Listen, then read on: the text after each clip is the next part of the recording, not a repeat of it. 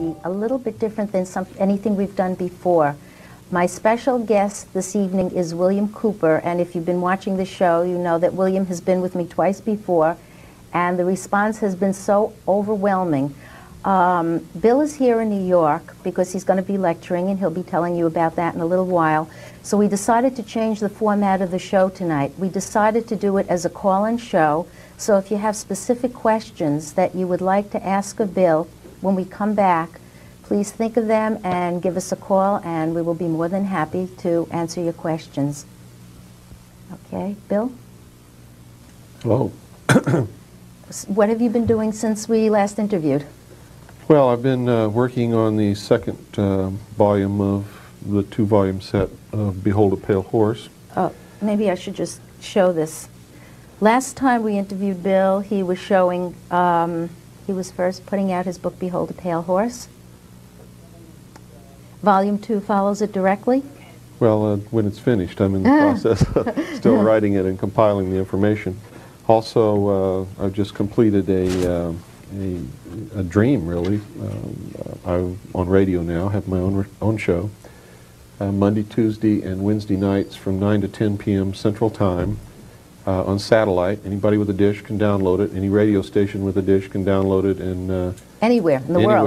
Anywhere in the world, and play it on their on their own airtime, and there's no charge to them whatsoever. And I'm doing this to try to educate the American people. It's on SpaceNet 2, Channel 7, 7.5 audio for those who have satellite dishes, and the first show will air on May 4th, Monday, May 4th. That's just a week away? Yes. So is it a call-in show, or it's, you know, no, talk show? It's not going to be a call-in show for a while. It's going to be an educational program. Okay, now why did you come to New York this time? Well, number one, you invited me. Okay. Number two, well, there's been a lot of people from the Northeast coast who wanted me to come and talk. And I have an awful lot of research material that needs to be delivered to the people here. And that's what I'll be doing Sunday. Sunday, Bill will be at the Universalist Church, Central Park West and West 76th Street, for those who want to come out to see him. I got involved with Bill's project I don't know, about 3 months ago, and I thought, gee, maybe there'd be some response to him coming out. The response has been so overwhelming. I mean, I'm amazed. They love you. The material must be good and the information must be correct. Well, what we'd like the audience to do now, if they will, would be to call in if they have any questions, and we will be more than happy while we talk to answer your questions. Besides, well, coming into New York, where else have you been lecturing? Oh, gee, since we last talked, I've been in Seattle, Washington, Salt Lake City, Utah, Atlanta, Georgia. I've been in San Diego. I've been all over the country, actually, and we'll be in Orlando, Florida soon, Santa Fe, New Mexico. Excuse me 1 second. May I help you? Yes? Yes, what is your question, please? Well, I was just wondering what this information is that the gentleman will be delivering, because I haven't heard him mention the subject or the topic. Oh, there's so many. Okay, go ahead. It's a lot of subjects. It has to do with what's happening in the world today, what's been happening for the last 50 years, as a matter of fact. Over 20 years ago, when I was attached to the Office of Naval Intelligence, I saw top secret documents that told me a lot about what was going to happen in the future. I've made quite a few predictions over the last 5 years, all of which have come true exactly when I said that they would. I'm the only one in the United States, and even the world, as a matter of fact, who has a 100% accuracy rate on predicting future world events. I talk about the New World Order, what it really is, and not what Mr. Bush wants us to believe that it's going to be. About UFOs, about a lot of things, AIDS, the real reason for the Iraq War instead of the concocted reason that the public was told. It's an awful lot of information, that's going to be delivered in a short period of time. And I would recommend that everybody bring a notebook and a good pencil and pen, because you're going to want to write a lot of things down. Well, that sounds great. This is Sunday? Sunday, yes. This Sunday, 3 o'clock at the Universalist Church. Where's the Universalist Church? Central Park West and West 76th Street. Thank you very much. Okay, thank you for calling. Thank you. Hello, you're online. Yes, I'm wanting to know what his short-term predictions for the future are. Short term, like what, next week? How about the election coming up? The election coming up, well, is very simple. George Bush is really the man. He belongs to the world power structure. He's been an active CIA operative since he left college, and not just for the short period of time that the public thinks that he was the head of the CIA. And in my book, Behold a Pale Horse, I document the fact that he was an operative of the Central Intelligence Agency on the day that John F. Kennedy was assassinated, and that he was actually giving information to law enforcement officials to lead them down the wrong path, so to speak. But George Bush is dirty, and a lot of people know it. A lot of researchers have collected a lot of facts that could actually get the man impeached very quickly. His health is declining also. So the Bilderberg Group in last year in '91 picked Bill Clinton to be the next president of the United States, and that's what this whole thing is with H. Ross Perot. If he throws his hat in the ring along with Colonel Bo Gritz, then that's going to take a lot of the conservative vote away from George Bush, and will literally ensure that Bill Clinton is elected as president of the United States. I'll tell you this right now, for everybody who's thrown their hat in the ring, it doesn't make a bit of difference who gets elected. None of them are on your side. Then who really runs everything? Well, it's not who anybody thinks it is. It's like Disraeli said, a couple of centuries ago. The people that the public see as the leaders of their country are not the ones who are really leading at all. They're the puppets to take the attention of the public and the wrath of the public if need be. Okay. Are you saying that George Bush then is not going to be our president, next president? If H. Ross Perot actually throws his hat in the ring and actually runs for president, George Bush will not be the next president, no. Bill Clinton. I can't agree with that. I can't buy that. I'm sorry, I can't buy that. Just got to wait and see, I guess. Well, you'll have to see what happens to the conservative vote when H. Ross Perot throws his hat in the ring. He's going to capture most of the conservative vote. It'll split the Republican Party down the middle, and they won't have a chance against the United Democratic Party. All you've got to do to know that is just read the daily newspaper. Okay, I don't really rely on the newspapers for information, do you? Ma'am, when the elite of the world are talking, they talk through the New York Times, and when they're talking, you better listen. we've got to move on to the next question. Okay, thank you. You're online. May I help you? Hello. Hello. Hi, Ellie. This is Charles Arnold. Hi, Charles. How are you? Okay. Listen, I just heard you make a statement about the Mr. Cooper's lecture on Sunday. You Yes. said 3 o'clock. The flyer says 4 o'clock. Which one is correct? Well, we'd like people to be up there at 3, It's 4 o'clock. but it'll start at 4. All right. I just wanted to find Thanks, out Charles. for sure. One Okay. other thing, I want to find out a little bit more about the extraterrestrial secret government connection, and if there is one. Okay. Boy, that's a complicated subject, and an explanation would require a great bit of time. There certainly is an extraterrestrial presence, no doubt about it. There are real extraterrestrials in this universe.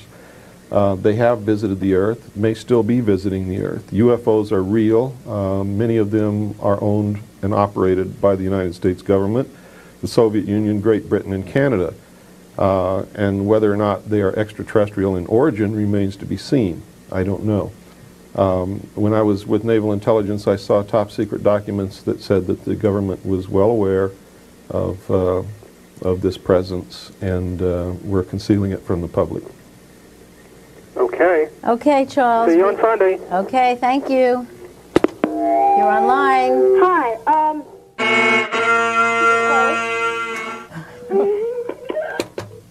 Hello, can I help you? Hello? Okay, I guess we lost them Lost that also. I guess, oh wait, there's one more. Hello? Not online? Okay. The light, because the light was on. I guess the idea of a government other than our government is a little bit hard for people to understand.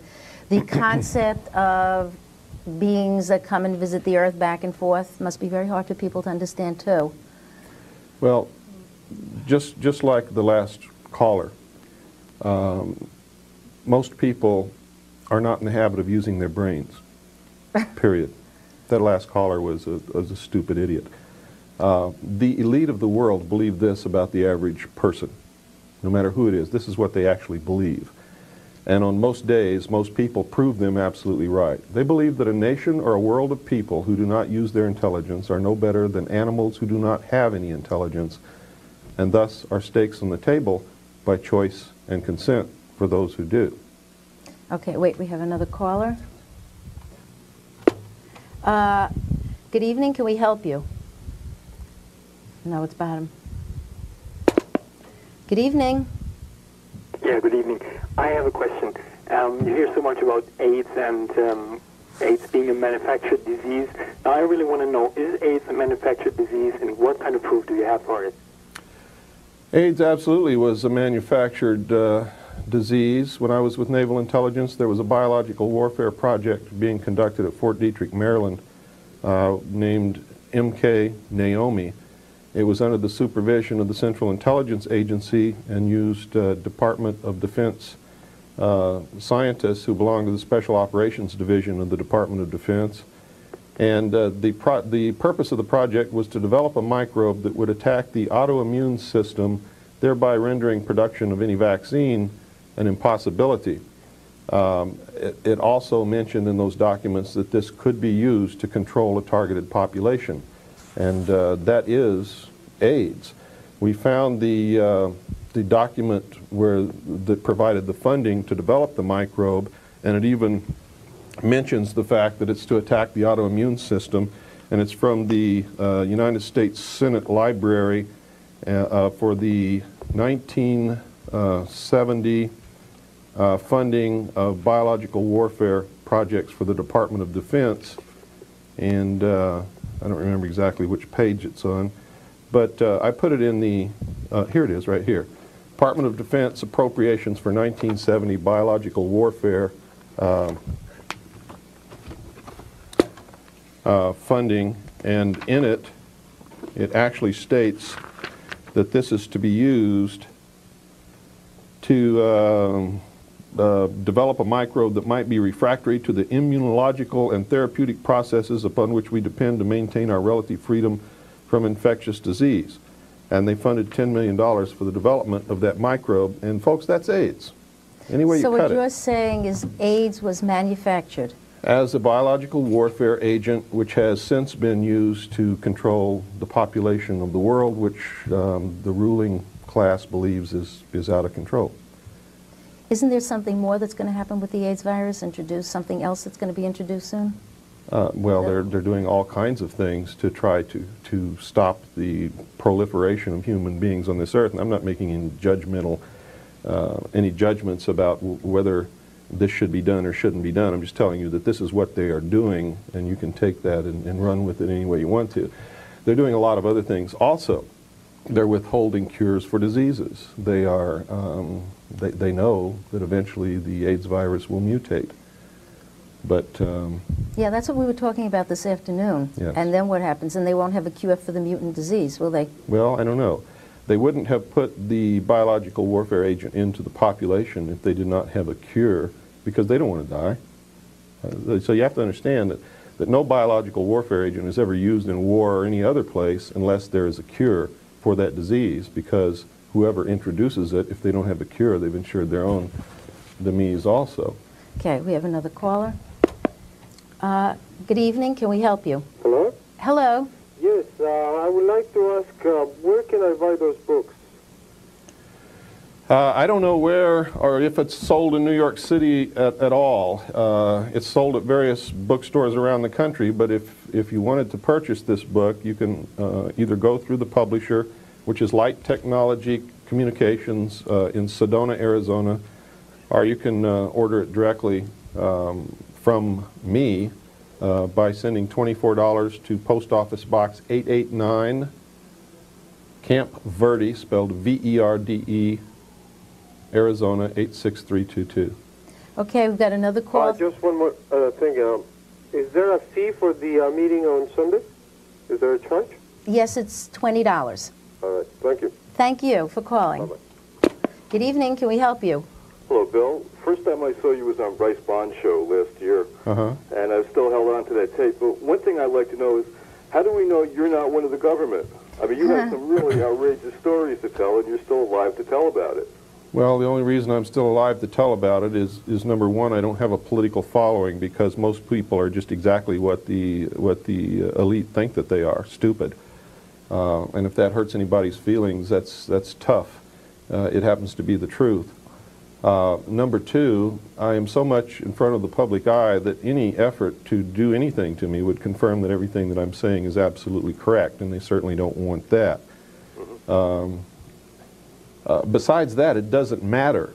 Why would it matter? I mean, America sent their sons and daughters to Iraq to get killed on foreign soil for a sorry excuse that had nothing to do with the defense of this country.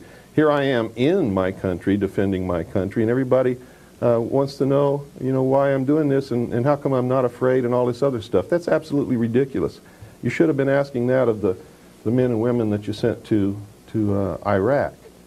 One thing that you can be sure of with me is that I don't want anyone to believe what I'm saying. I want you to go out and verify, and if you can't verify it, then don't believe it. But not only me. See, I'm the only one that'll tell you this. You shouldn't be believing President Bush. You shouldn't believe your own mother. You shouldn't believe me. You shouldn't believe anyone. But you've got to start using your brains to figure things out and stop accepting what you're told all the time. That's how you're manipulated into the situation that we're in. Well, the way things are going now, the economies are changing, Europe is changing, everything is changing. It's there for people to see. All they have to do is open their eyes and say, why is this all happening? Sure. Also, if I were a government agent, why is it that every prediction that I've made has been absolutely 100% correct, and I've warned not only the American people, but the world about a lot of things that they could have stopped had they only listened, and now it's too late. And they have gone after Bill. I guess you didn't mention that at any point.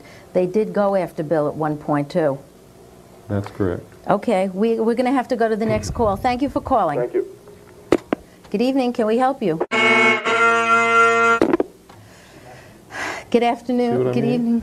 I think that's the same girl calling twice. No, that's not a girl. That's an airhead, stupid idiot. Takes all kinds. Call it what it is. Takes all kinds. Okay, we have another call. Let's hope it's not her. Yes. Good evening. Can we help you? Hello? Yes, hello? Hello? Yes, what is the show that I'm watching right now? It's called the Metaphysical Experience. Hello? Hello? It's called the Metaphysical Experience.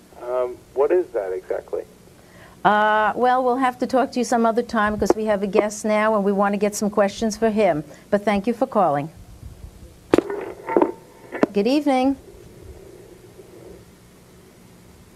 This line is not... There's nobody there. There's no... Good evening. Can we help you?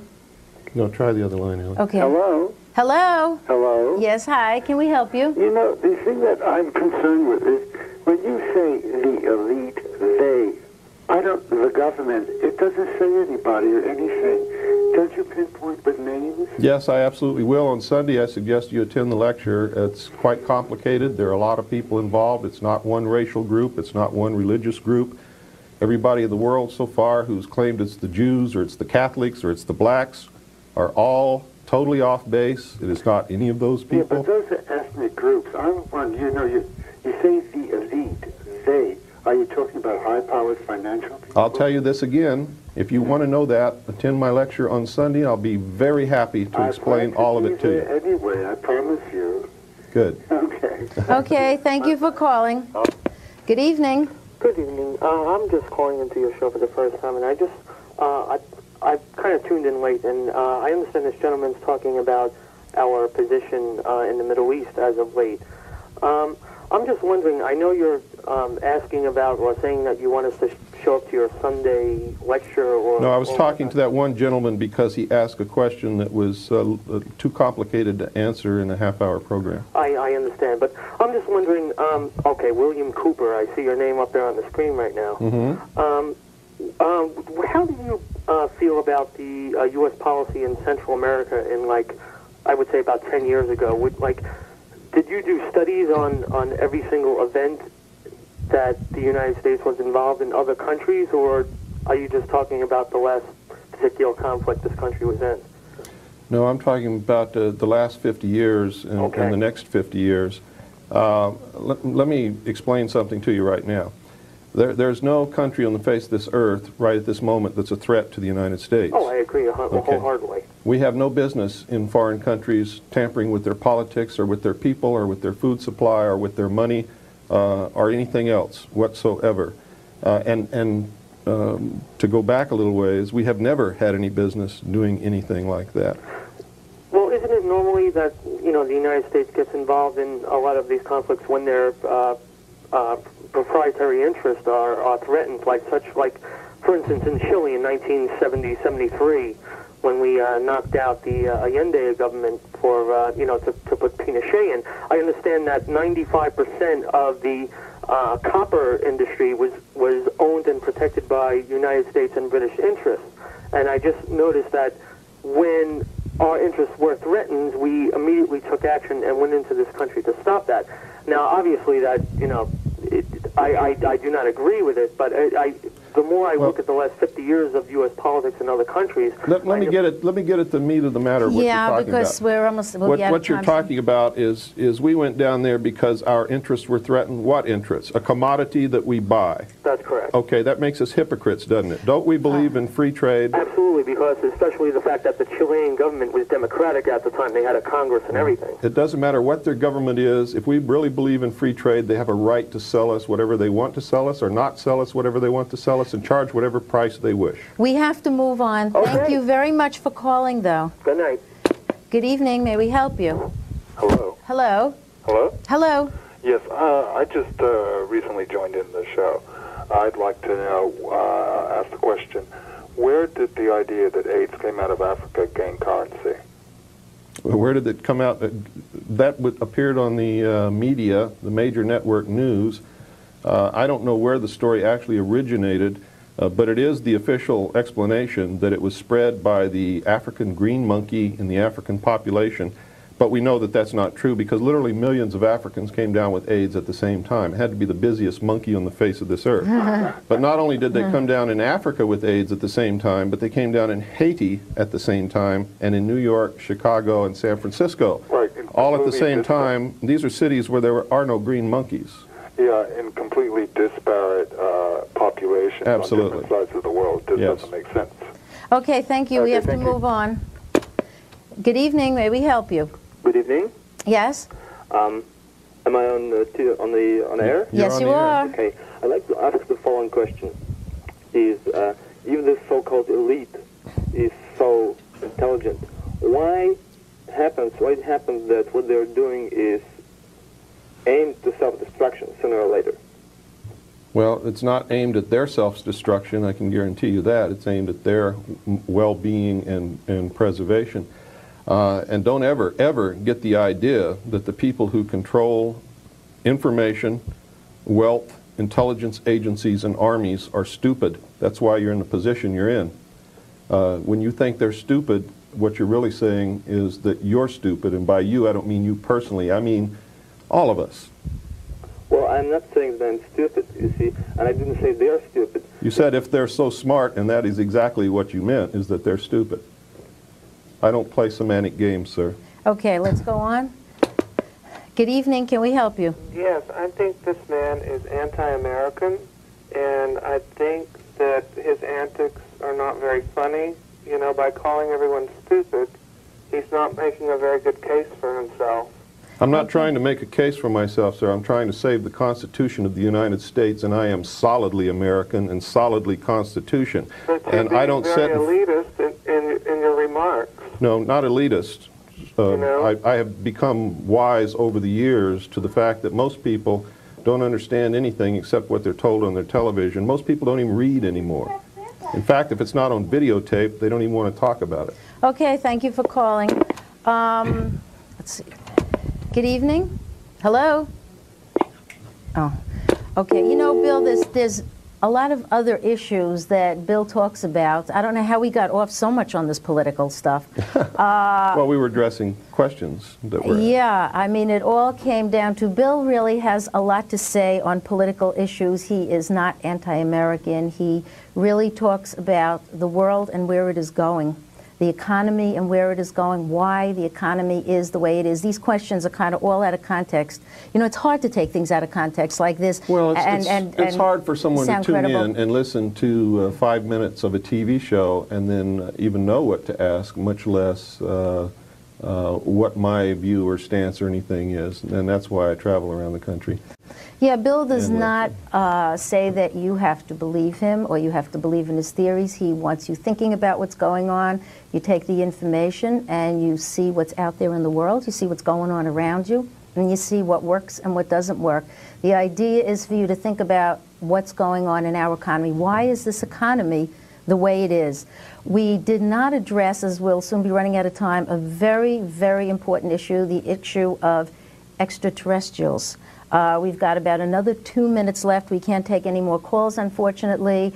But the issue of extraterrestrials is everywhere on television now. Wherever you look, they're either doing a movie, a mini-series, a TV show, a sitcom, everything. Talk shows are on it, and everybody has their own theories, their own opinions, their own belief systems. You have to respect everybody's belief system. Everybody has their own feelings about what's really going on with all of this. And all that Mr. Cooper says and that I say is that you should look, you should listen. Don't necessarily believe in any one person's philosophy. I go farther than that, Ellie. You can't believe anyone anymore. In this day and age, you must learn how to dig out facts for yourself. If you don't, you're always going to be the puppet on somebody else's string.